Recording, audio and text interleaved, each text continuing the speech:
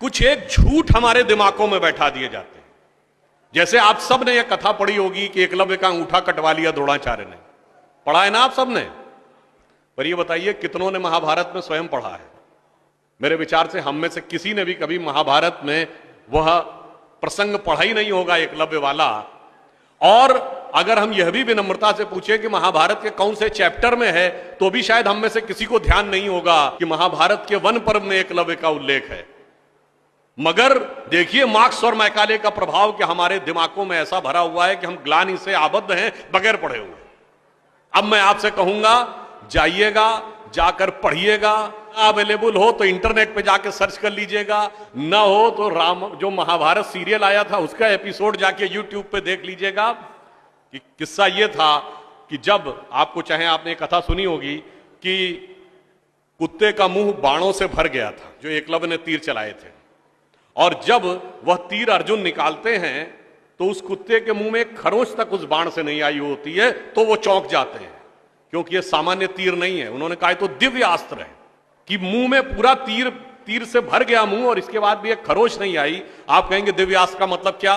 दिव्यास्त्र का मतलब ये है, जैसे रशिया यूक्रेन की लड़ाई चल रही है ना, इससे पहले मिडिल ईस्ट की लड़ाई देती थी, तो जो मिसाइल जाती है वो लेजर गाइडेड जाती है, जिस बिल्डिंग पे गिरना उसी बिल्डिंग पे गिरती है, अगल बगल पे नहीं गिरती, क्योंकि the direction is precise to the meters. पर अगर मुंह के अंदर जाए और खाल पर खरोच ना आए, इसका मतलब it is so much strongly guided that it is precision to the micrometers. तो जब ये वो देखते हैं ये दिव्यास्त्र चलाना, तो उन्होंने कहा दिव्यास्त्र राजा चला सकता है, ये कैसे सीखा इसने? तो जब द्रोणाचार्य उससे पूछते हैं कि तुमने ये किससे सीखा, तो कहता आपसे सीखा गुरुजी। कहते मैं तो तुम्हें जानता नहीं बालक, तुम अपना परिचय दो। अब यहीं पर बिंदु है। एकलव्य क्या कहता है? मैं मगध नरेश जरासंध के प्रधान सेनापति हिरण्य धनु का पुत्र एकलव्य। अरे वो मगध के chief of the arm forces का बेटा था। यदि आप ये कह रहे हैं कि वनवासी था, तो ये भी पूरा वाक्य तो पूरा करो कि वो सेना अध्यक्ष था। मगर देखिए कितनी चालाकी से छुपा लिया आधे तथ्य को, और उसके बाद हमारे दिमागों में भर दिया कि ये बहुत गलत किया गया। बताइए, हमारे हिंदू धर्म के दो महाकाव्य, रामायण और महाभारत, दोनों का रचयिता कौन? रामायण का रचयिता महर्षि वाल्मीकि, जो संस्कृत के आदि कवि माने जाते हैं। आज जो वाल्मीकि समुदाय है वो किसमें आता है? शेड्यूल कास्ट में।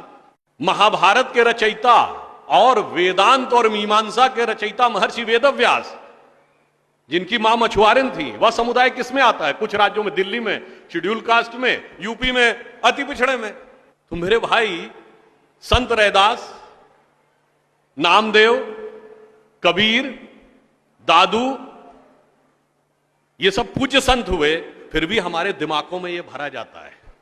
और कौन भरता है? वो लोग भरते हैं जो अपने यहां समाज के गरीब वर्गों की खरीद फरोख्त करते थे।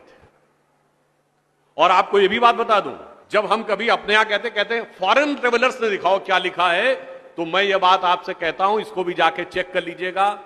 किसी फॉरेन ट्रेवलर का सबसे ऑथेंटिक जो रेफरेंस माना जाता है, वो चंद्रगुप्त मौर्य के समय में मेगस्थनीज आया था ग्रीस से, जिसने अपनी किताब लिखी है इंडिका, आज से 2300 साल पहले। वो इंडिका किताब आज उपलब्ध नहीं है, मगर उसके उद्धरण तमाम जगहों पे हैं, तो प्रूवन है किताब थी। उसने भारतीय समाज में व्यवस्था का वर्णन करते हुए लिखा है कि यहां पर 7 जातियां हैं, मगर महत्वपूर्ण बात यह है यहां इतनी समरसता, इतना सामंजस्य है कि यूनान के समाज के समान यहां कोई समाज का ऐसा वर्ग नहीं है जिसके साथ शोषण या भेदभाव किया जाता हो। ये एक विदेशी लिख रहा है। और मैं एक और बात आपसे बताना चाहता हूं, बहुतों को नहीं पता होगा, गांव में पंचायत होती है ना, ये पंचायत में 5 की संख्या कहां से आती? ये 4 या 6 क्यों नहीं? 5 की संख्या जानते कहां से आती है? 4 वर्ण माने गए थे, तो किसी भी गांव में निर्णय लेना होगा तो चारों वर्णों का एक एक प्रतिनिधि होगा, और 5वां जानते कौन होगा? गांव के बाहरी क्षेत्रों में रहने वाले वो वनवासी जो प्रत्यक्ष रूप से गांव का हिस्सा नहीं है, पर हमारे निर्णय का प्रभाव उनके जीवन पर भी पड़ेगा, तो 5वां प्रतिनिधि उनका होगा। वहां से यह पंचायत का भाव आता है। और फिर मैं आपसे कहना चाहता हूं, हमारे दिमाग में एक और चीज भर दी गई कि जाति व्यवस्था हमने बनाई। आपको पता है कास्ट शब्द कहां से आया? ये कास्ट अंग्रेजी का शब्द नहीं है, ये पुर्तगीज भाषा का शब्द है। और 1931 में जो अंतिम जनगणना जाति के आधार पर उसमें 4114 जातियां हैं हिंदू समाज में, जिसमें अब 6000 बताई जाती हैं। मैं चैलेंज करके पूछता हूं, कोई दिखाओ तो किसी धर्म ग्रंथ में 6000 जातियां लिखी हो, और जहां लिखी उसमें इससे ऊंचे ये, इनके नीचे ये ऊंचा ये नीचा, कौन से धर्म ग्रंथ में लिखा है? ये माली ऊंचे की तेली ऊंचे, सुनार ऊंचे कि लोहार ऊंचे, कहां लिखा है? जानते हैं कहां लिखा है? एक British census commissioner Herbert Risley द्वारा किए गए सेंसस में हिंदू समाज को जातियों में विभाजित करके ऊपर से नीचे तक लिखा गया, और फिर वो हमारे ऊपर अध्यारोपित कर दिया गया है। हमारे दिमागों में कैसी कैसी बातें भरी जाती हैं। एक थोड़ा लिबर्टी लेते हुए यह भी कहना चाहूंगा, महिलाओं को पढ़ने का अधिकार नहीं दिया जाता था। अब यह बताइए, हमारे यहां दिल्ली में लोगों को ध्यान नहीं होता है, आप लोगों ने मैत्री कॉलेज और गार्गी कॉलेज है ना, ये मैत्री और गार्गी कौन थी? ये वैदिक काल की 20-22 विदुषी स्त्रियों में से एक हैं। गार्गी ने ऋषि याज्ञवल्क्य के साथ शास्त्रार्थ किया। फिर मैं चैलेंज करके कहता हूं, दुनिया में कोई दूसरा धर्म संस्कृति बताइए जहां धर्म पे टिप्पणी करने का अधिकार किसी महिला को हो और किसी धर्म के ज्ञाता के साथ शास्त्रार्थ करने का अधिकार। फिर हमको समझाया जाता है कि हमारे यहां बराबरी नहीं थी। अरे आप सबको याद हो, सबसे प्रख्यात शास्त्रार्थ कौन सा है? आचार्य मंडन मिश्र और आदि शंकराचार्य के बीच में, दोनों के बीच में जो शास्त्रार्थ हुआ उसका जज कौन था? आचार्य मंडन मिश्र की पत्नी उभय भारती। फिर मैं चैलेंज करके पूछता हूं, पहले दुनिया कोई धर्म बताइए जहां टिप्पणी करने का अधिकार स्त्रियों को हो और जज बनने का अधिकार हो डिस्कशन में। उसके बाद हमसे कहते हैं कि साहब बराबरी नहीं थी। इसलिए मैं कहना चाहता हूं कि हमारे यहां तो समाज में जिस प्रकार से एकाकार करके सबको साथ में लिया जाता था, बराबरी का तो आलम यह था, बराबरी नहीं थी, यह सच है। हमारे यहां बराबरी नहीं थी, हमारे यहां मातृशक्ति को पहले रखा जाता था। इसीलिए हम क्या बोलते हैं? सीताराम, सीता पहले राम बाद में। लक्ष्मी नारायण, लक्ष्मी पहले नारायण बाद में। गौरी शंकर, गौरी पहले शंकर बाद में। राधे कृष्ण, राधा पहले कृष्ण बाद में।